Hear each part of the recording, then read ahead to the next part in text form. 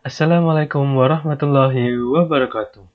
Salam, Om Swastiastu, Namo Buddhaya, salam kebajikan, salam sejahtera bagi kita semua. Perkenalkan, nama saya Aji Mesa Putra. Saya dari kelas 12 Teknik Kendaraan Ringan absen 4. Kali ini saya akan menjelaskan tentang kolaboratif daring atau kelas maya. Apa sih itu kelas maya? Kelas maya atau yang sering disebut dengan virtual class adalah lingkungan belajar yang diadakan tanpa tatap muka secara langsung antar pengajar dengan siswa, di mana pengajar menyediakan bahan ajar dalam konten digital yang bisa diakses, disimpan, dan dibagikan melalui internet yang bisa diakses kapan saja dan di mana saja. Perbedaan kelas maya dengan kelas biasa terletak pada keterbatasan komunikasi, karena tidak terjadi tatap muka secara langsung. Di dalam virtual class, kemajuan proses belajar bisa dipantau oleh guru, siswa, bahkan orang tua siswa. Virtual class bisa digunakan untuk menunjang kelas langsung atau tatap muka dan digunakan untuk pembelajaran jarak jauh murid dengan guru. Yang selanjutnya adalah jenis-jenis kelas maya. Yang pertama adalah Learning Management System atau yang disebut dengan LMS. Perangkat lunak yang digunakan untuk perencanaan, pengiriman, serta pengolahan kegiatan pembelajaran. Selain itu juga berguna untuk keperluan dokumentasi, laporan kegiatan, administrasi materi, dan itu semua berjalan dengan menggunakan internet atau online. Aplikasi LMS dibagi menjadi dua, yaitu LMS proprietary seperti Subway Software, Apex Learning, Blackboard, dan lain sebagainya. Yang selanjutnya adalah LMS open source seperti Atutor, Dokeus, .lln, Freestyle Learning, dan lain sebagainya. Yang kedua adalah Learning Content Management System atau yang sering disebut dengan LCMS. LCMS bekerja untuk memperbaharui, mempublikasi, dan mengelola isi dari suatu sistem yang terorganisir di internet. LCMS merupakan pengembangan lebih lanjut dari LMS. Selain itu, LCMS juga digunakan untuk mengawasi, menyediakan, merincikan, dan melakukan publikasi dokumen yang spesifik, misalnya artikel, panduan, dan brosur penjualan. LCMS bisa berisi file komputer yang berupa audio, video, gambar, dokumen elektronik, dan isi website. Contoh LCMS diantaranya adalah Clarolin, Edokio Solution, dan masih banyak lainnya. Yang ketiga adalah Social Learning Network.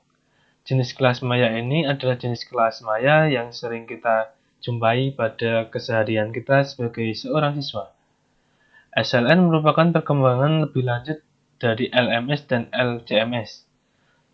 SLN digunakan untuk pembelajaran yang lebih luas daripada kelompok belajar karena menggunakan jejaring sosial. Karena skala sosial yang lebih besar, maka kemungkinan juga bisa menyebabkan perubahan sikap dari perilaku pada peserta didik, walaupun tidak semua peserta didik. Contoh aplikasi SLN yang populer adalah Edmodo. Yang selanjutnya adalah model-model pembelajaran yang kita laksanakan selama ini, karena beberapa tahun akhir ini kita dalam pandemi COVID-19, maka pembelajaran yang kita laksanakan adalah pembelajaran daring yang dilaksanakan di rumah masing-masing.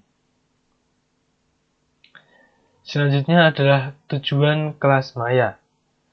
Yang pertama adalah menciptakan pembelajaran yang bisa berlangsung kapan saja dan di mana saja dengan menghemat waktu dan biaya.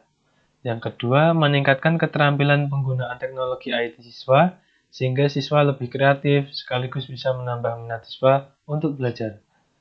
Yang ketiga, lebih memaksimalkan kemampuan pribadi masing-masing, walaupun di luar kelas tatap muka atau kelas langsung. Manfaat dari kelas maya. Yang pertama adalah materi lebih luas dan beragam. Yang kedua, pembelajaran disesuaikan berdasarkan kebutuhan siswa. Yang ketiga, mempersingkat waktu tanpa perlu pergi ke kelas. Yang keempat, mengurangi belajar bergantung pada buku teks dan lebih relevan ke dunia luar.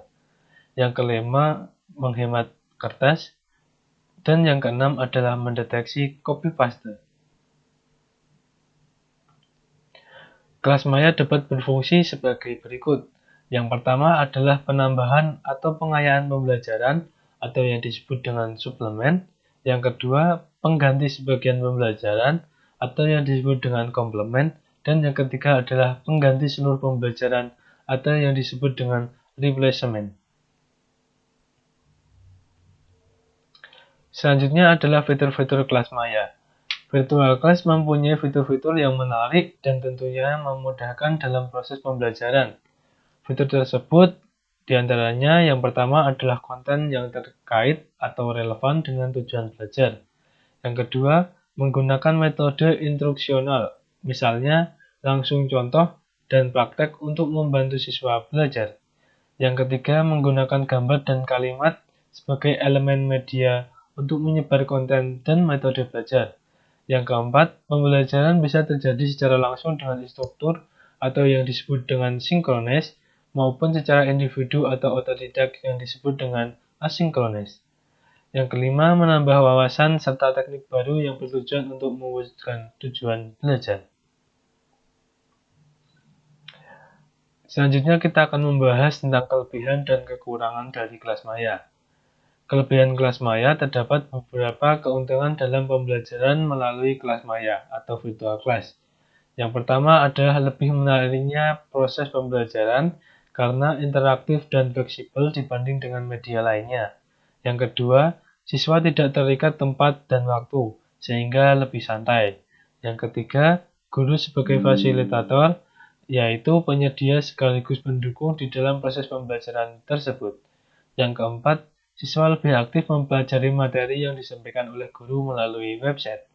Yang kelima, pembelajaran bisa dilaksanakan di mana saja dan kapan saja. Di balik kelebihannya, terdapat juga beberapa kekurangan dari kelas maya.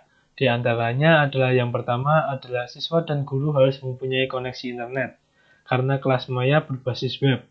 Tapi terkadang siswa lebih asik bermain internet dibanding belajar materi yang disampaikan oleh guru. Yang kedua, proses belajar yang individu atau sendiri sehingga bisa mengurangi pembelajaran sosial antar siswa.